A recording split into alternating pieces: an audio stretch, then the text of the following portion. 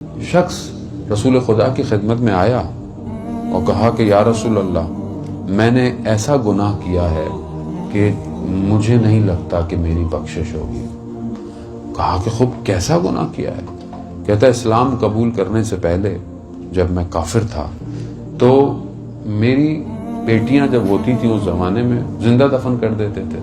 کہا میں نے اپنی 3 بیٹیوں کو زندہ دفن کر دیا جب پیدا، چوتھی ہوئی جب پیدا تو پھر میں نے کہا کہ یہ چوتھی بھی ہو گئی، یہ پھر مشکل، تو میں اس کو لے کے جانے لگا تو میری زوجہ نے دیکھا کہ چھوڑ دو اس کو۔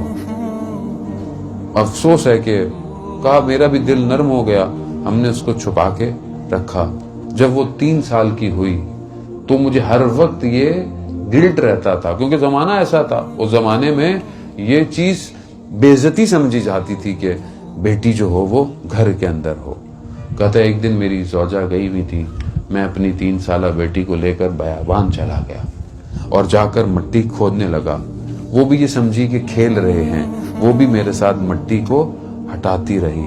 پھر میں نے اس کو اس کھودی ہوئی جگہ پر رکھا اور مٹی ڈالتا رہا، وہ بھی سمجھی کہ کھیل رہے ہیں، لیکن جب اس نے دیکھا کہ مٹی کا وزن بڑھ گیا ہے تو اس نے گریا شروع کر دیا۔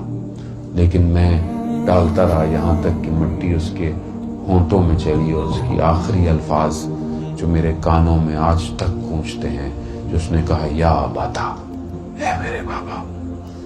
کہہ رہا ہے وہ وجدان ہے جو اس کے لیے میں ساری راتوں کو گریے کرتا رہتا ہوں اور مجھے نہیں لگتا کہ میرا پروردگار مجھے معاف کرے گا۔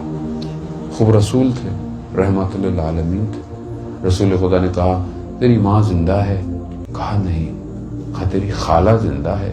کہا جا اس پر احسان کر، اس کی خدمت کر، خدا تیرے گناہ کو معاف کر دے گا۔ خدا کی طرف کوئی دروازہ بند نہیں ہوتا، اس کی رحمت کھلی ہوئی۔ یہ ماں ہوتی ایسی ہے، ماں کی شخصیت ایسی ہے کہ انسان کی ماں اگر کافر بھی ہے اسلام قبول نہیں۔ کتنے واقعات ہیں صدر اسلام کے کہ ماں دین پر نہیں لیکن ماں کی خدمت کے لیے حضرت